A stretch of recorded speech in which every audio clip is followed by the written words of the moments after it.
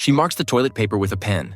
Terrified her maid might use the family bathroom. Every day, she crouches by the door, her only goal, make sure her black maid never sits on a white family's toilet. She calls to check. Winnie, are you in there? Yes, ma'am.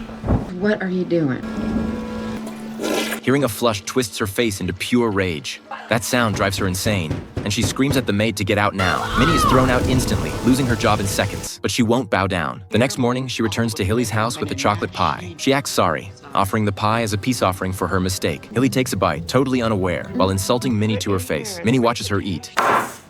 Eat my shit. Hilly freezes, fork midair, unable to process the horror of what she heard. It's too late. Half the pie is already in her stomach, the truth hitting her hard. She runs to the bathroom, sick with disgust, while Minnie feels cold, pure satisfaction. Hilly won't let this slide. She decides to ruin Minnie's life with vicious rumors. She tells the whole town Minnie has a terrible disease and is a thief, making sure no one hires her. Overnight, Minnie becomes an outcast, rejected by every household in town. But Minnie is a survivor. She knocks on the door of Hilly's sworn enemy, Celia. Celia lives to defy Hilly, so she hires Minnie the second she hears the story. The estate is huge. The work will be hard, but the job terms leave Minnie shocked. Celia offers double pay, 3 days off a week, and short hours. It sounds too good to be true. The catch? Minnie has to hide from Celia's husband. He can never find out she's there. Minnie agrees, desperate for money. Then she discovers something strange in this house. For the first time ever, a white employer treats her with real respect. Minnie teaches Celia to cook, guiding her patiently through every recipe and step. When the food is ready, Celia insists they sit at the same table. Minnie tries to refuse.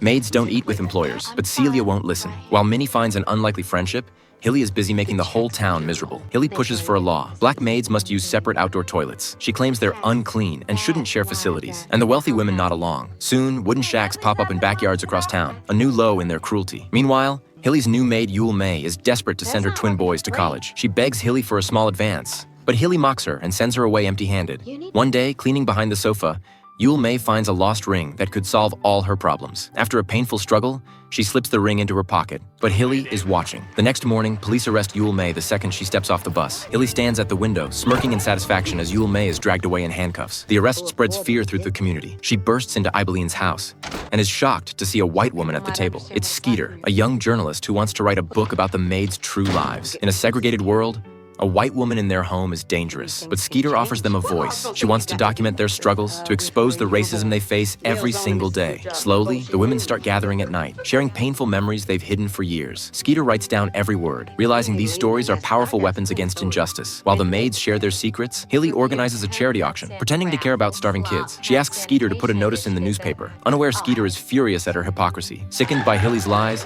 Skeeter decides to prank her, changing one tiny word in the ad. Instead of asking for old coats, she asks people to drop off old toilets at Hilly's house. The next morning, Hilly wakes up to find her lawn piled high with dozens of dirty toilets. Neighbors stop to laugh and take pictures, leaving Hilly humiliated.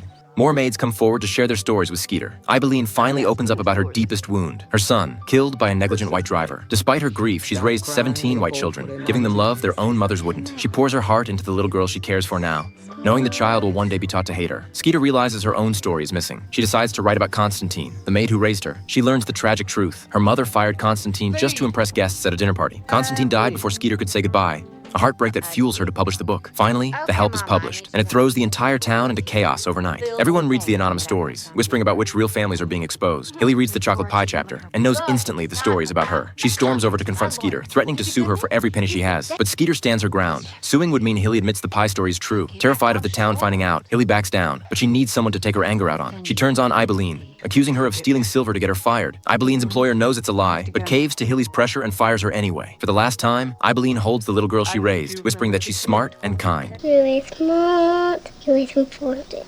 She walks out of the house, not a victim, but a free woman who finally told the truth. Back at Celia's house, Minnie panics when she sees a man walking up the driveway. It's Celia's husband. Minnie prepares to run, sure she'll be fired or worse.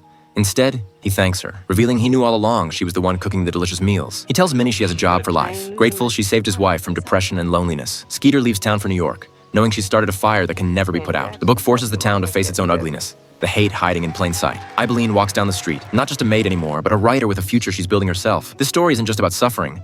It's about the quiet strength of women who refuse to be silenced. It reminds us that true courage often comes from the people society tries hardest to ignore. Change doesn't always start with a shout. Sometimes it starts with a whisper that grows into a roar. If you were moved by these women's courage, follow for more incredible stories. I'll be bringing you more powerful hidden gems from cinema history soon.